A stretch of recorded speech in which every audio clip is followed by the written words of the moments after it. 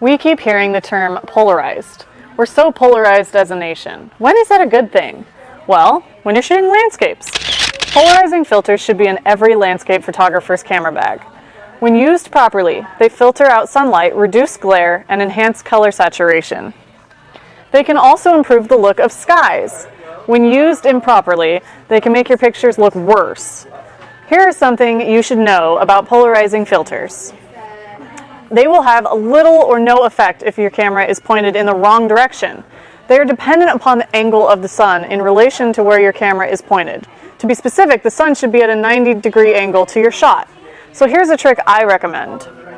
Make a gun out of your hand. You know what I mean. Point your index finger at the sun, keep it there, rotate your hand, and watch where your thumb points. Anywhere your thumb points to is where you can point your camera. If it's cloudy, the polarizing filter will work just about any direction that you point your camera. Here's how to use a polarizing filter. There's a circular polarizing filter that screws onto your lens and has a rotating ring that changes the degree of polarization. By looking through the electronic viewfinder, your LCD screen will see the glare appear, disappear, and reappear again as you rotate the ring. Adjust the ring until the image looks the way you want it. Then shoot your picture. Enhancing skies by using a polarizing filter can be tricky. Avoid using a circular polarizing filter on a wide-angle lens if your composition includes blue skies. Polarization will be uneven and you'll end up with a dark blue blob in the sky. Telephoto lenses should eliminate the problem.